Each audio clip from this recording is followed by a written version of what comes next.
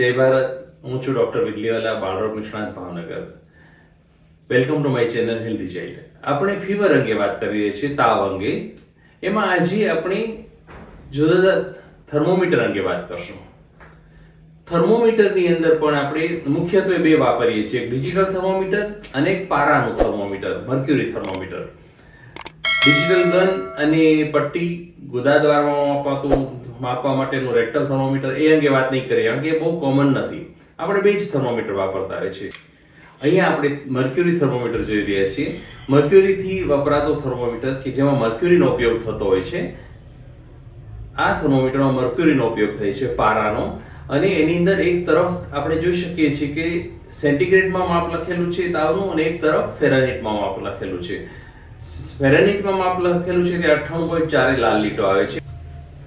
આ થર્મોમીટરની અંદર પારો જોવા માટે સેજ દ્રષ્ટિ કેળવવી પડે છે, અને પણ એ આસાનીથી પછી જોઈ શકાતો હોય છે એક વખત આપણને ખ્યાલ આવી જાય ને પછી.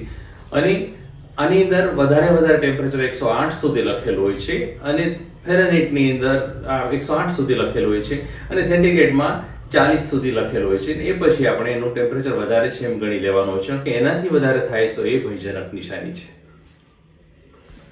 હવે ડિજિટલ થર્મોમીટર જોઈએ.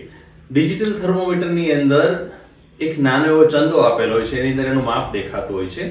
એ ચંદાની અંદર આપણે ફેરનહીટ કે સેન્ટીગ્રેડ એ ગોઠવી શકીએ એવું ઘણા થર્મોમીટરમાં એવું વ્યવસ્થા આવે છે કે એમાં નાનું કાણું હોય છે છેડે, અને એમાં આપણે દબાવીએ ટાંકણી કે પિન તો સેન્ટીગ્રેડમાંથી થર્મોમીટર થઈ જાય છે, અથવા તો સેન્ટીગ્રેડમાંથી ફેરનહીટ થર્મોમીટર બની જાય છે. અહીંયા આપણે જોઈએ છીએ કે એનો ઉપરનું ટોચ ખોલવાથી એક નાની એવું જગ્યા ખુલે છે જેની અંદર નાનો સેલ હોય છે. આ બેટરી સેલ બદલવાથી એ થર્મોમીટર પાછું કાર્યરત થાય, સપોઝ બંધ થયું હોય તો, અને એનાથી જે ચાલતું હોય છે.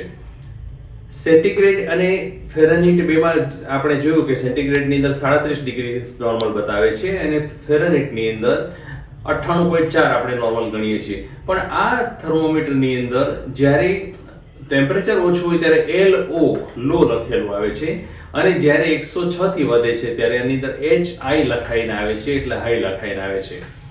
ડિજિટલ થર્મોમીટર ગન જે આવે છે એની અંદર આપણે કપાળ સામે ગન રાખી અને એનો ટ્રિગર દબાવવાનો હોય છે, એની સ્વિચ, અને એ થોડી ક્ષણોની અંદર યુઝ્યુઅલી 1 થી 1.5 મિનિટમાં બરાબર ટેમ્પરેચર માપી લે છે. ઘણીવાર એનાથી પણ ઓછા સમયમાં માપી લે છે, અને લખાઈને આવે છે. અને એ વાપરવાની રીત તો બહુ સહેલી છે, પણ એની રિલાયબિલિટી થોડી ઘણી ડાઉટફુલ ખરી, પણ આશરે માપ તો આપી દેતું હોય છે. આપણે 3 થર્મોમીટર જોયા, એની અંદર બેસ્ટ થર્મોમીટર જો કોઈ ગણાતું હોય તો એ મર્ક્યુરી વાળું, પારા વાળું થર્મોમીટર છે. તો આ હતું બધું થર્મોમીટર અંગે આપણે વાત કરીએ. Thank you for watching this. નમસ્કાર, હું છું ડોક્ટર વિજલીવાલા, બાળરોગ નિષ્ણાત, ભાવનગર. જય ભારત.